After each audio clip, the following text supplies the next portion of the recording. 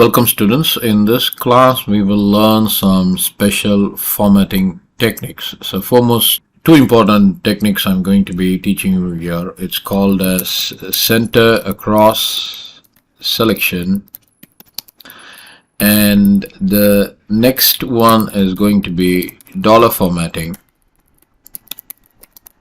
and along with that, I'm going to also introduce to you what is called as the keyword fixed, how exactly we can use this keyword fixed. So we will start off by understanding these three terms when it comes to formatting, and then we will move on. So foremost, you will have to know the difference between merge and center. And center across selection. These two are formatting techniques, but there's a lot of difference between merge and center center across selection. Say for example, when do we use it? Say imagine I'm preparing a spreadsheet for a bookstore. So this is going to be bookstore Isabella profit or sales for the year 2020. Right now I can just have this as it is, but it doesn't sound or look good. So most of the time what people would do is they would try to use the merge. Say whenever you click on this cell, there aren't anything, but it appears as if this information is spread across all these cells. So the general convention way what people do is they'll go to merge and center and click on that particular icon and it would have merged. Now what is the main problem in this particular format? Now whenever you use merge and center, if you were to see the cells, all of these cells are merged together. Now this is going to give us a huge problem when we are trying to apply sortings, trying to make a selection from cells or using some sort of sorting, because all of these cells have now been merged, so they don't have any life in them. That is the biggest issue that we will face when we use merge and center.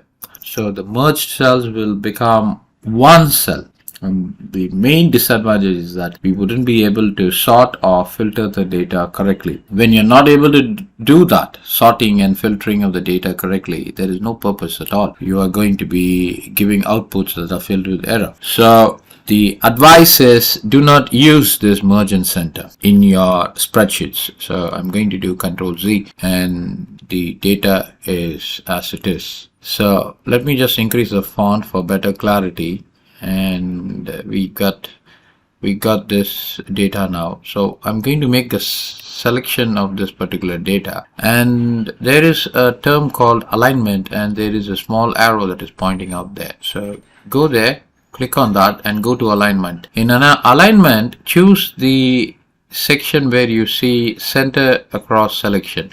Click that, make that to be your choice, and then you say OK. So now the data that we have entered is centered, but the cells are all active. So all these cells are alive, right? So they are not merged. So this would help us greatly when it comes to sorting the data or filtering the data. So that is a very important point that we have to take into account. Okay, now having mentioned that, let us just go on and get some data for understanding the dollar formatting. So since this is a bookstore, let me have the following heading: serial number, tab, title of the book, and say first quarter sales. So I'm going to type there 1 STQTR. Just type QTR, quarter, first quarter sales, second quarter sales, third quarter sales, and fourth quarter sales. So we got all this. Now there is some overlapping, so I'm going to extend this, and now we got the cells. I will block or bold them up and increase the font size. Now, having done this, let me enter the sales. So since it is a bookstore, I'm going to be talking about 3 important books. So the first one is Journey to the Center of the Earth. By the way, all these books were written by this gentleman, but just some information pertaining to the novels that I'm going to list here. It's been written by Jules Gabriel Verne, right?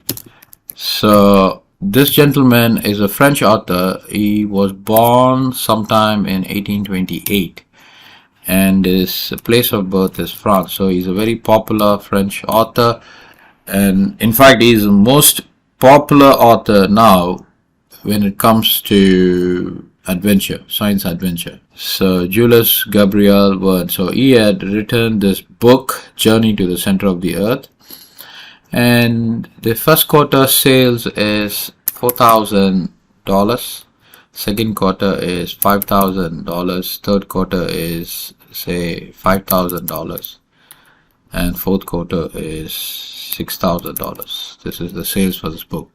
So this is going to be total sales, and we can stretch it. So the second book is going to be 20,000 leagues below the seas. So this is also a book written by Jules Verne. By the way, Journey to the Center of the Earth was written in 1864, and 20,000 Leagues was written in 1870. So 20,000 Leagues Below the Seas, first quarter sales 3,000, second quarter 6,000, third quarter 4,000, fourth quarter say 5,000. And the third book we are looking in is Around the World in 80 Days. This is also a great book. You can read it. And this book was written in 1872 by Jules Verne. So first quarter 5,000, second quarter 6,000, third quarter 3,000, fourth quarter 3,000. Okay, so now we have got this data. I'm going to calculate the sum. So using the keyword sum, open the parenthesis, I will select all this and click enter. I will get the data there. I can pull it down and I will get the sum of all this information. So if you think this is too small a font, you can increase the font size.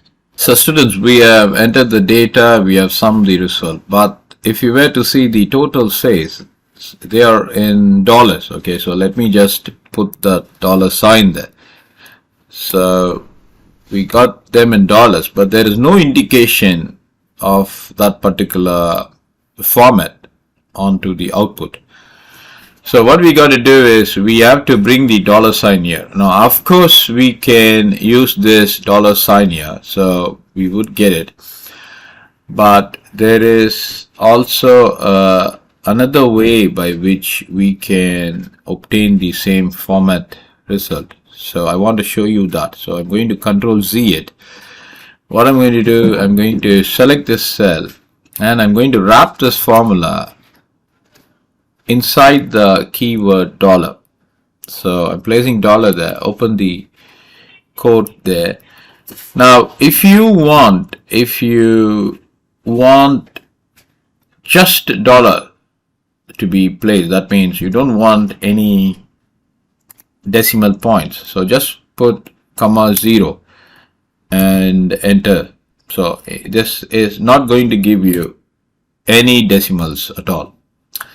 So the difference between this format which we have used and the one that I'm showing you here is that the dollar keyword which is present here is not going to give you any decimal digits, so you can just pull that down.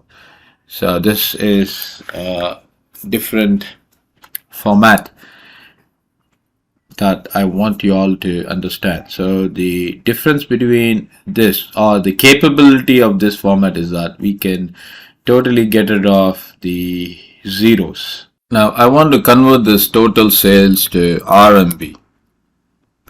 Now as of today, in other words, $1 into RMB is 6.4662278.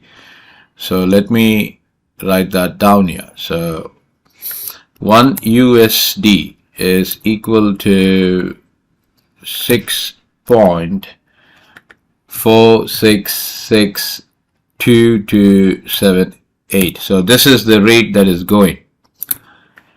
Now we want to convert it into RMB. So that means we will have to take this value equal to, and then I want to select the cell and then multiply it with 6.4662278 and close the parenthesis and enter. So I get a value.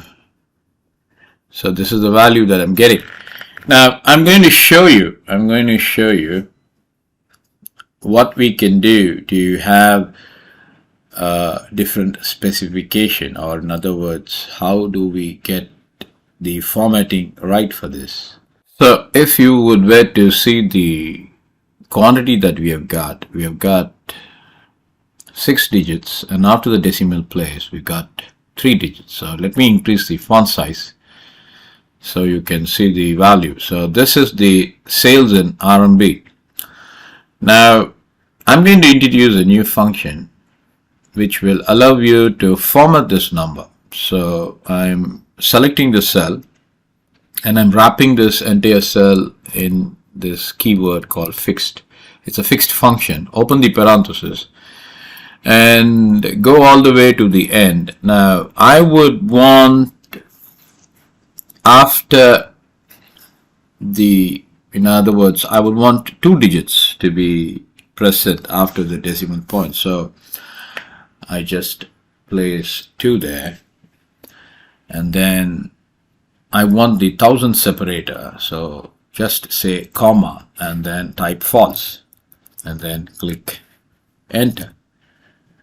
You see that how the value has changed. So if you were to select this and pull it down, all these values would be converted into renminbi, and a thousand separator would be placed. Say after 3 digits you got the comma there, and after the decimal only 2 digits are permitted. So this is a very, very useful function that you can use in formatting the data.